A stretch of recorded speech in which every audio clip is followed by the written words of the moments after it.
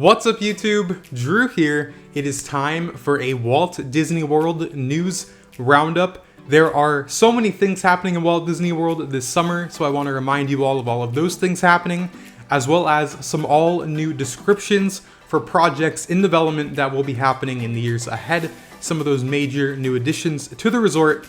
So I figured now's the time to put everything into one video for all of you, so it's very easy to follow rather than following so many different things in different places where it's easy to miss what's happening. With that being said, let's get to it. Real quick, I have to highlight the month of July at Walt Disney World this year. July is going to be a blockbuster month with so many things happening. Starting off on July 3rd and July 4th, you have the fireworks at Magic Kingdom and EPCOT. July 3rd and 4th at Magic Kingdom, and July 4th only over at EPCOT. Then just a couple days later, July 6th is the final day to experience Tom Sawyer Island, the Rivers of America, and the Liberty Bell Riverboat, as on July 7th, they will be closed permanently to make way for Piston Peak, the new Cars area, and Villains Land coming to Magic Kingdom, a massive transformation of Frontierland and beyond. Also at Magic Kingdom, July 20th, the official debut of Disney Starlight, Dream the Night Away. That is the all-new nighttime parade with over 30 Disney Pixar characters. This one is going to be absolutely ridiculous with how good it is.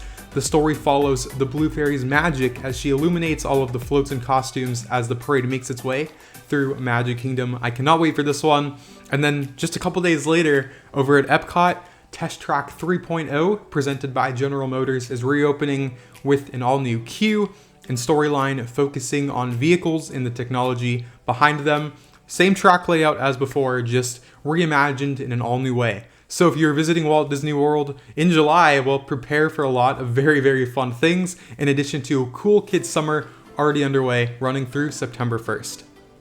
That's where we move to late 2025 at Walt Disney World. There's going to be 2 new highlights opening later this year. Also at Magic Kingdom, we have the Beak and Barrel, an all-new original Pirates of the Caribbean themed tavern, which is going to be welcoming families of all ages. So this one is a family experience. There's going to be original characters here. We have Rummy, an audio animatronics parrot that is going to look over the entire main area, as well as actual storytelling elements and sing-alongs inside of this tavern, which I am a massive fan of.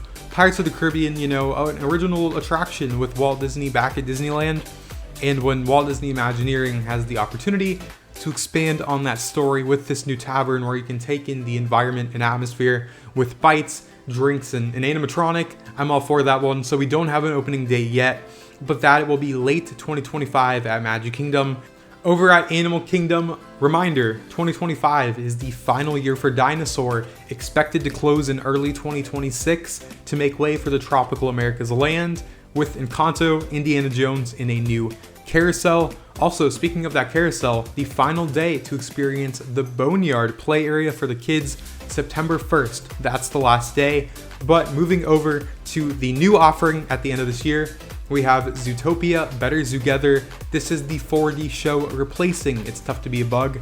Turns out it truly was tough to be a bug, as they have been exterminated for this new 4D show.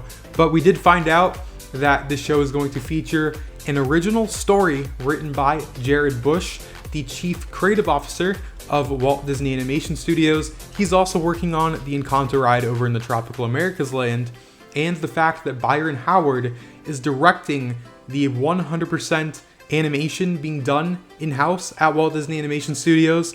So to me, those are very encouraging new details, just on the fact that we know there's going to be an original song here performed by the cast and Jennifer Goodwin, the voice of Judy Hopps, and an awesome audio animatronic of Officer Clawhauser, which we first saw in the Zootopia Land over at Shanghai Disneyland. So what we don't know when this show is opening yet, probably around the release of Zootopia 2 in late November. These new details, like Jared and Byron working on it, to me are good signs for when it does open at the end of this year. Moving beyond 2025, in 2026, there is a lot happening. The big news we got recently is that Rock and Roller Coaster will be open through the remainder of 2025 and will close at some point in 2026 to be reimagined to Rock and Roller Coaster starring the Muppets. Now, the big thing here is that it's actually going to be reopening in 2026, less than a year turnaround time for this attraction's reimagining, which I think is awesome. Getting things done quickly, getting the Muppets back into Hollywood studios as fast as possible.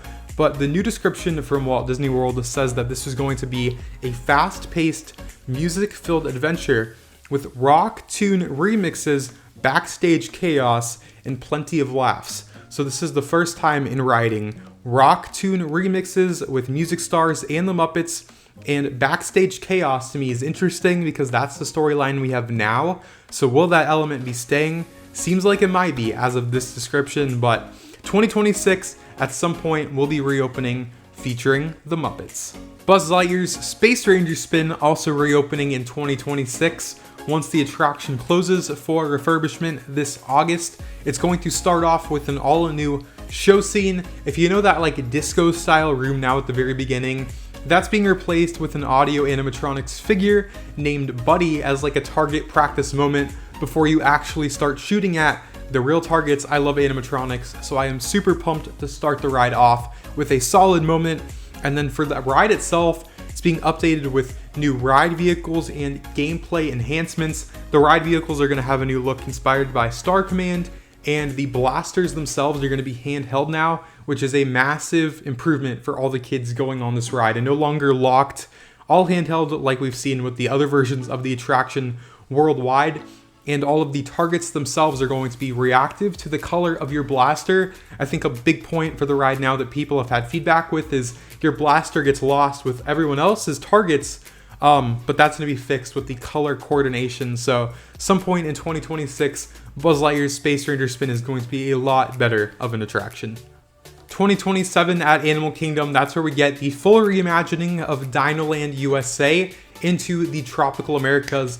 This is an 11-acre land inspired by the lush landscapes, cultures, and wildlife of Central and South America, with Encanto, Indiana Jones, a new carousel, and an original village. Recently, we got some photos from BioReconstruct of the amount of work happening in areas that we can't see right now for this Encanto ride. I think it's getting very close to going vertical, which does have to happen soon if they want this thing open in just about 2 years. So exciting stuff over at Animal Kingdom. We also got some of the key features and elements for Piston Peak, like I mentioned earlier. This new Cars area replacing Tom Sawyer Island and the Rivers of America. And I gotta say, I'm optimistic for this project at this point. With the wording that Walt Disney World says in this recent press release, they say that this new area is going to bring the spirit of America's national parks to life with towering trees, snow-capped mountains, breathtaking waterfalls, roaring rivers, impressive geysers, and action-packed attractions for all ages. We know that this area is going to feature 2 rides, this off-road rally race with original characters, Lightning McQueen and Mater, and then a second attraction which we know nothing about as of now, but hopefully that's being saved for Destination D23 at the end of this August. I'm optimistic just in the sense that you're putting a national park in the middle of Magic Kingdom, so if the teams behind this project get the proper budget, I think it will be awesome, but only time will tell. Moving over to Disney's Hollywood Studios, we have the Monsters Inc. land replacing Muppets Courtyard. I recently went over to the project site for the first time, and on the construction walls that now block off the former Muppets Courtyard, there were actually some pretty big improvements made to the concept art that we just got. First off, the fountain is staying at the very front of this land. Looks like a lot of kineticism in this fountain, even more than the Miss Piggy fountain had. Also, the fact that the former Muppet Vision Theater is going to be renamed to the Glob Theater. Interesting name for a theater, but we really don't know anything new about this original show that's replacing Muppet Vision. I've seen a lot of people talking about, is Disney moving Monsters Inc. Laugh Floor over to this new land? They are not. This is an 100% original show replacing Muppet Vision, though we don't know anything as of now. And the other big things have to do with this door coaster, the suspended coaster, taking us into the iconic door vault from Monsters Inc. Just the fact that it's been pushed back, so there's going to be that courtyard in front of the factory itself, really allowing to take in the atmosphere and scale of the door factory itself, and the fact that to the left, there's going to be a kids play area, which was in the original concepts shared back at D23 in August and has now made its way to the final product. So no opening date for Monsters Inc. Land as of now, but just the fact that this concept art has been improved, answered some of the feedback, a fountain, that courtyard, and a kids play area, I think are nice improvements to what we already knew about Harryhausen's, the sushi restaurant, and the suspended coaster. I think this land is going to be awesome whenever it opens. And last but not least, in my opinion, the most anticipated new thing coming to Walt Disney World for the next 5 years through the end of 2029, Villains Land. This is going to sit directly behind the Cars themed area, Piston Peak, and we got a new description for this land, which is similar to what they've already said, but I figured I'd mention it anyways because there's so much excitement around this land. Disney says that Villains Land is going to offer spellbinding thrills and wickedly entertaining experiences, bringing iconic Disney villains to life like never before. This bold new park expansion will feature 2 major attractions, dining and shopping, on an incredibly twisted grand scale. To me, that wording sounds very ambitious, which is what we need for a villains themed land, especially the fact that this isn't going to be a massive land. As of now, I think current speculation is around 8.5 acres. So you have to get this right in a space kind of inside of that Walt Disney World Railroad berm. Though if Disney wants to prove me wrong and go outside of the berm, I will not complain by any means. That first piece of concept art we have shows a roller coaster and some sort of other attraction, hopefully an incredible dark ride with audio animatronics figures of the iconic Disney villains. But I'm really hoping we get some news about this one at Destination D23 in August. I think that'd be a perfect time to talk about this major project right after you've closed Tom Sawyer Island in the Rivers of America.